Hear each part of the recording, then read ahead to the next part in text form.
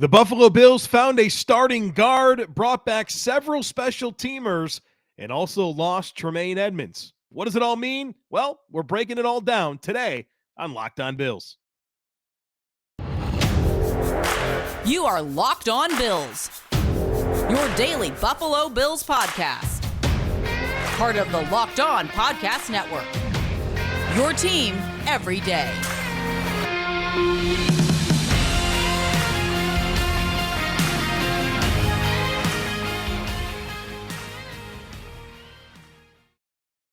What's up, Bills Mafia? It's Joe Marino, author of Go Bills and Buffalo's Run, and I'm your host of Locked On Bills.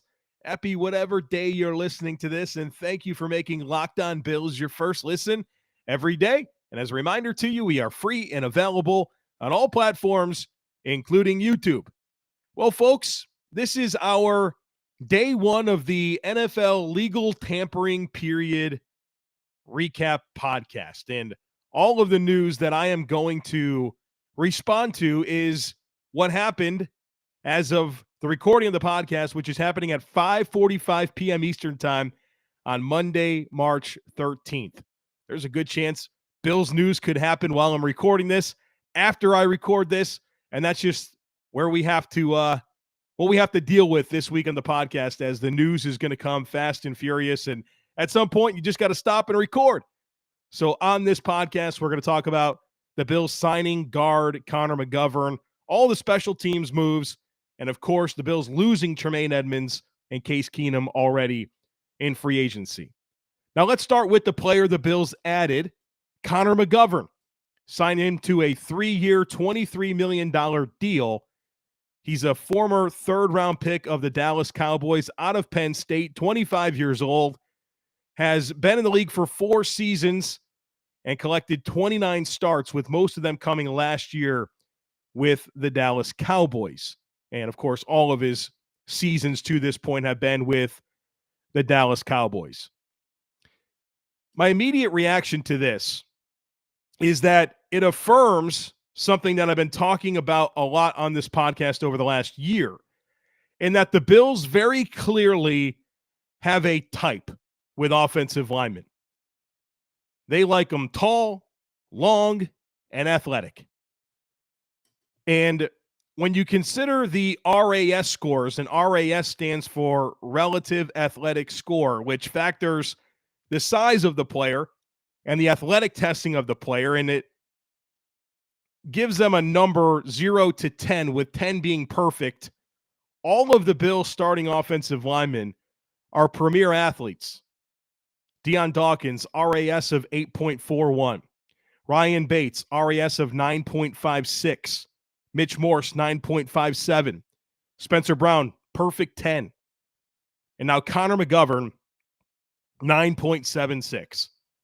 So, folks, if you think the Bills are going to be interested in a particular offensive lineman, you may want to check their RAS score. Because if it's not above an 8, I don't think they're going to be interested. And they certainly like height, and they certainly like length. And Connor McGovern just fits right in with this prototype that they've gravitated towards over the last few years. So Connor McGovern, 6'5", 308 pounds, 34 and an eighth inch arms. His RAS score, as I mentioned, 9.76. Excellent athlete, great size, former teammate of Ryan Bates back at Penn State. They were part of the same offensive line. Now, McGovern lost his rookie season in 2019 due to a torn pectoral muscle. Missed the entire year. Came back in 2020, started 8 games, but he was mostly a backup. But that's a good amount of game experience for a guy that was a backup. 2021, he started 6 games, mostly a backup though. And then last year in 2022, he was the primary starter, 15-game starter at left guard. Now, most of his snaps have come at left guard in the NFL. 1,200 at left guard, but he's a guy that can play all 3 spots in the middle. 100 snaps at center so far in his career, 724 at right guard. If you go back to college, he played 923 snaps at center and 1,430 at right guard. So you feel pretty comfortable about playing him potentially at left guard or right guard. I'm not sure exactly what the Bills' plan is, but I have a feeling he might be the right guard. I mean, you've had Ryan Bates openly state he's most comfortable at left guard. The new player is Connor McGovern, and he has a lot of right guard experience for his career. Where you go back to at least college with Ryan Bates, and the guy was a left tackle in college. And I just think that's just a more natural side for him. So some of my general thoughts on this signing. I like that they're trusting the role to a young, athletic player that appears to be an ascending talent, right? A third-round pick that earned a role for this Cowboys team, right? As a backup and starter early on, and then becoming a starter his final year and performing at a level that earned him this contract with the Buffalo Bills. And while he's a young and athletic player, I also like that he's not a rookie. That's a big spot, right? We're talking about one of the interior starters in front of Josh Allen. And to me, I take some level of comfort in knowing that it's a battle-tested NFL player as opposed to a rookie. And rookie offensive linemen, just based on the way college football is played these days, it feels like the jump can be pretty significant. Well, the Bills got out ahead of that and have a veteran now starting, as opposed to going into the draft feeling like you have to get a starting offensive lineman. So I like that. Now, as for his actual game and his skill set, I want to do a film study on him with the Cowboys before I really go in and tell you how I feel. I scouted Connor McGovern coming out of Penn State. I graded him in the 3rd round. But I'd be lying if I said I've consumed that much of his NFL tape. I'm certainly very familiar with him. I'm familiar with his journey to this point. Watched a lot of Cowboys, but have I watched it through the lens of Connor McGovern and the possibility of him being a Buffalo Bill? No. So I got some work to do. You know I'll do it, and I'll report back on the way I feel about his game. But I also like this is a fairly modest contract. I mean, a tick over $7 million per season. And when you think about what Ben Powers received, the massive extension Chris Lindstrom got, Nate Davis got $10 million a season. You feel like this was somewhat of a good value. And I'll say this. I mean, like I did an entire offensive free agency preview, and this wasn't one of the names that I was targeting for the Bills. So really, I just want to be honest with you and say, I'm familiar with the player, but I want to study him more to really go in on what I think his strengths and weaknesses are. We know that he's versatile. We know that he's young. We know that he started 29 games. We know that he's got some athleticism. We can look at Pro Football Focus grades, and they tell you that he's been a really good pass blocker, but maybe not that consistent of a run blocker. But I want to dig into the tape and tell you how I feel real soon. Now, Connor McGovern may have been the biggest Bills addition of the day, but the Bills made several other transactions that we're going to talk about here in just a moment. But first, I do need to tell you about FanDuel. The midway point of the NBA season is here, and now is the perfect time to download FanDuel, America's #1 sportsbook, because new customers get a no-sweat first bet up to $1,000. That's bonus bets back if your first bet doesn't win. Just download the FanDuel Sportsbook app. It's safe, secure, and super easy to use. Then you can bet on everything from the money line to point scores and threes drained. Plus, FanDuel even lets you combine your bets for a chance at a bigger payout with a same-game parlay. So don't miss your chance to get a no-sweat first bet up to $1,000 in bonus bets when you go to FanDuel.com/lockedon. That's FanDuel.com/lockedon to learn more. Make every moment more with FanDuel, an official sports betting partner of the NBA.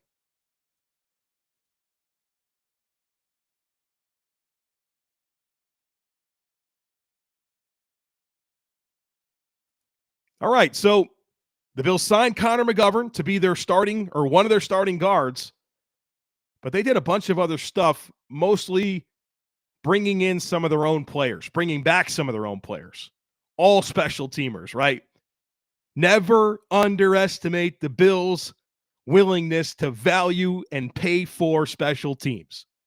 If there's anything that's been abundantly clear under Brandon Beane and Sean McDermott is that they value special teams.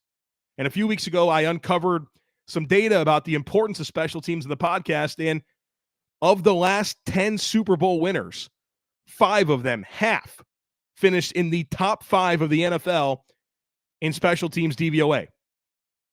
Half of the Super Bowl winners over the last 10 years were top 5 special teams units.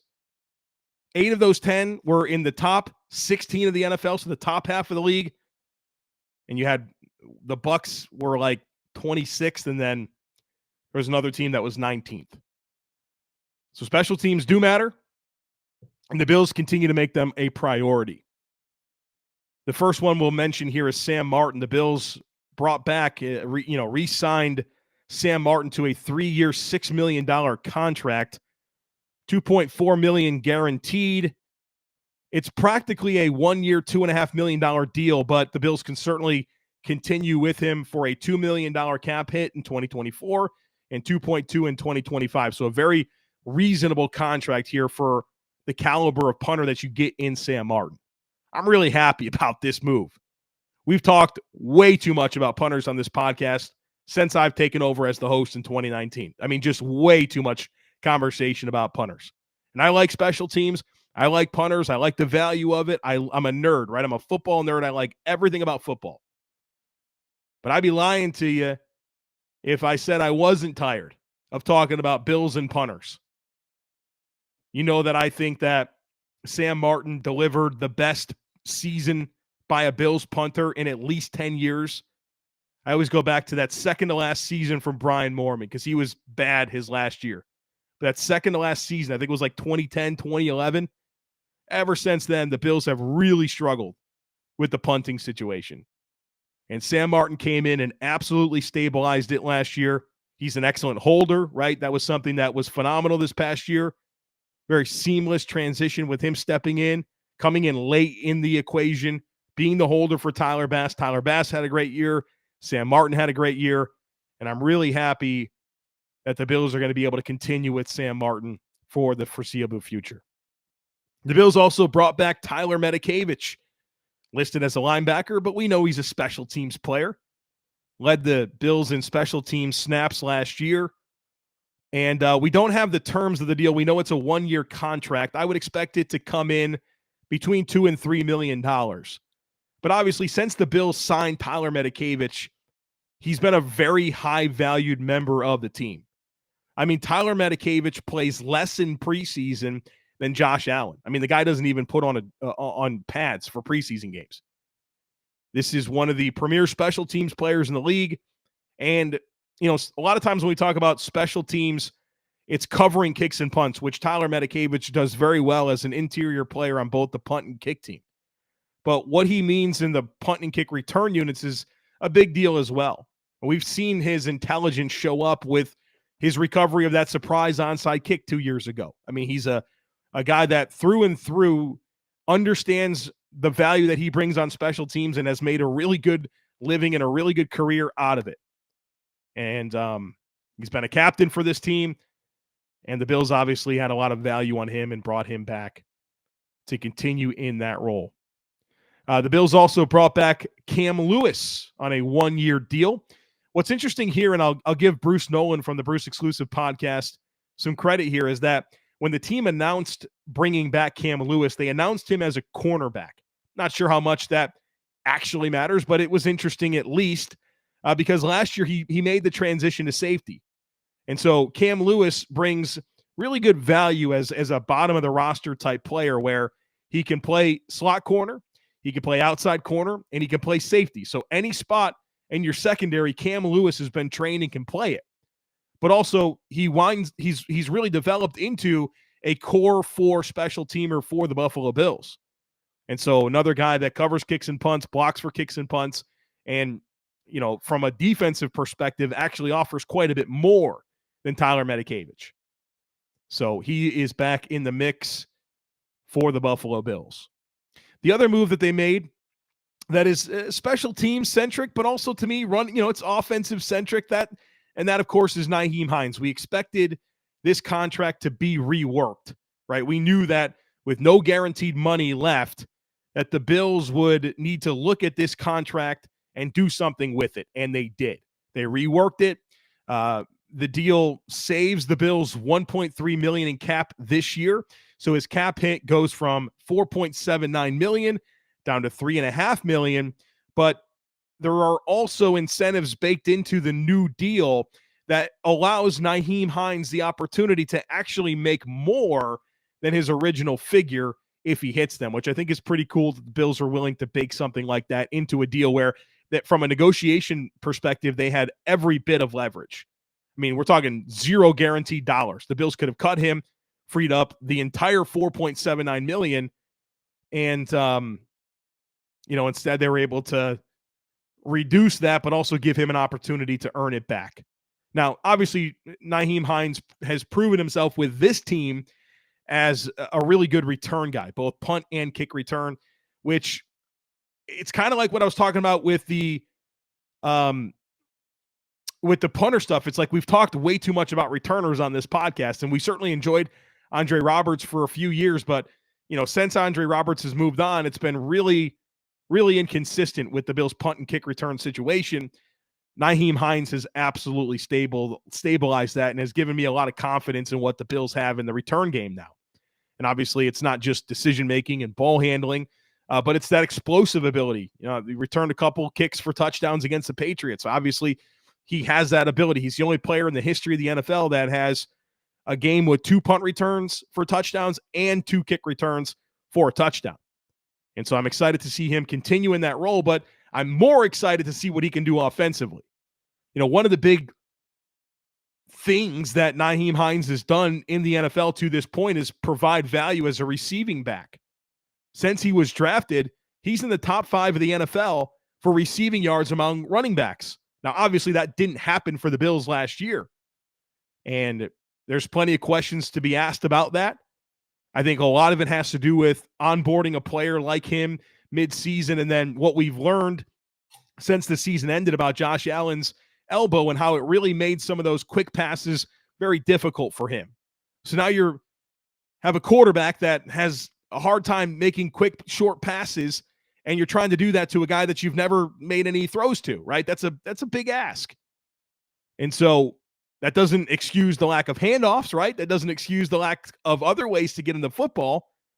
But it's just something to be mindful of in the overall conversation. We want to have all the context. So I'm interested in his role offensively with an entire offseason to learn the playbook and get on the same page, and for the Bills to really understand his skill set and how he can help the team, because there's a whole lot more to Nyheim Hines than kick return and punt return. And not that there's not value there. I think there is. I love what he brings.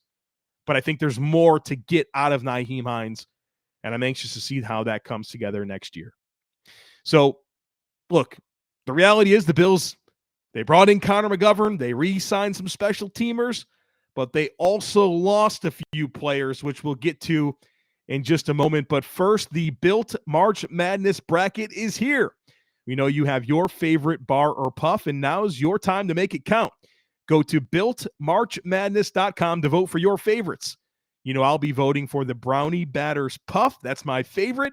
And if you want the Buffalo Bills to win, then you'll be voting for that bar too. Support your team, support your bar or puff. And when you vote for your favorite bar or puff, you'll be entered into a drawing where 50 lucky Locked On listeners will get a free box of Built. Not only that, but one Locked On fan will get a 12-month subscription to Built to have Built's best bars or puffs delivered monthly straight to your door. You got to try Built. Built is the best protein bar ever. Seriously, they're amazing. You won't think they're good for you, but they are. What makes them so good? Well, for starters, they're all high protein, low in sugar, and covered in 100% real chocolate.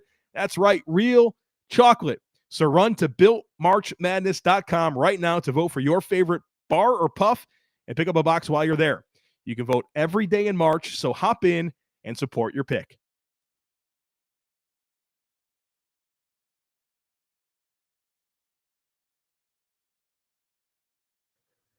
All right, so let's have the conversation. The Bills lost Tremaine Edmunds to the Chicago Bears.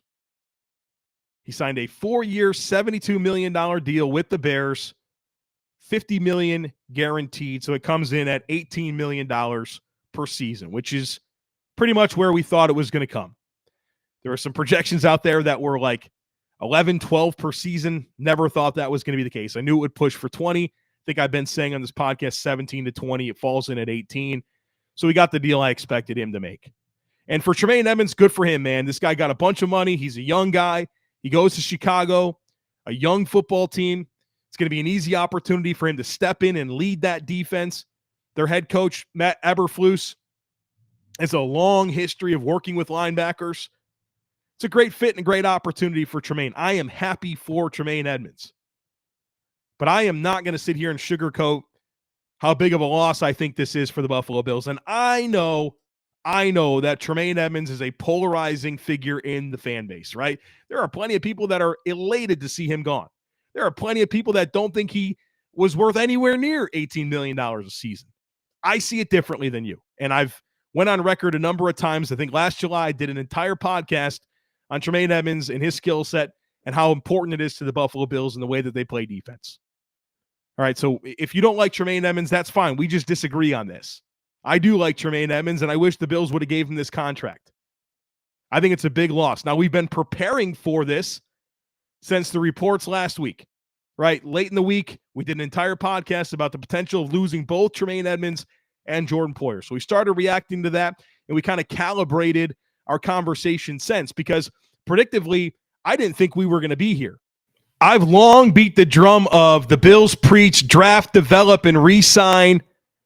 And with Tremaine Edmunds being the second ever draft pick made by Brandon Beane, a player the Bills traded up to get in the first round, 5 years of experience as a starter for their defense, a 4-time team captain, 2-time Pro Bowler, I thought he would fall right into that philosophy. I didn't think Brandon Beane was going to want him to get away. But obviously, they didn't have the same valuation, right? That's probably what it came down to, because McDermott, Frazier, Beane, they all raved about Tremaine Edmunds. Raved about him. But surely this came down to dollars. And the Bills weren't willing to meet what the Bears gave him. And Tremaine went and got the money. I valued so much of what Tremaine provided this football team. His range, his skill set in the middle of the field, his ability to cover was huge. And when you could space the field with a guy like that, it means a lot in today's NFL, where everything is pace and space offensively. It's about dictating mismatches. And when you got 6'4", 250 with 34.5-inch arms in the middle of the field, it just makes it tough to slot the football. And we've seen what this Bills defense looks like without Tremaine Edmunds on the field, whether it was some of those games where they couldn't stop the run, but also pass coverage. Think about the first half and the second half of the Vikings game. Tremaine was on the field in the first half. Well, it looked a lot different in the second half when he wasn't out there. How about that Jets game where Zach Wilson was able to find space in the middle of the field and Michael Carter looked like the second coming of Barry Sanders? You missed Tremaine Edmunds that day. I'm going to miss Tremaine Edmunds. I wish him well. But I'm going to miss his skill set. I think with the way today's NFL is played, his skill set is tremendously valuable. Especially when you think about your biggest threat in the AFC East is the Miami Dolphins. Where do they like to throw the football? Middle of the field, challenge your linebackers' ability to get depth. I mean, nobody can cover ground and provide range and length like Tremaine Edmunds in the middle of the field in coverage. And I'm not going to sugarcoat it. I think it's a big loss. So I'm concerned about this. I'm anxious to see what the plan is. There's some veterans out there. We talked about it. Bobby Wagner, Eric Kendricks, Levante David. You got to go get one of these guys. Or there's some intriguing super older players that I think would be good players. David Long from the Titans, Bobby Okereke from the Colts. Those are guys that I would hope the Bills would sign. I'm not super eager to see what Terrell Bernard looks like as the Bills starting Mike linebacker. We'll see.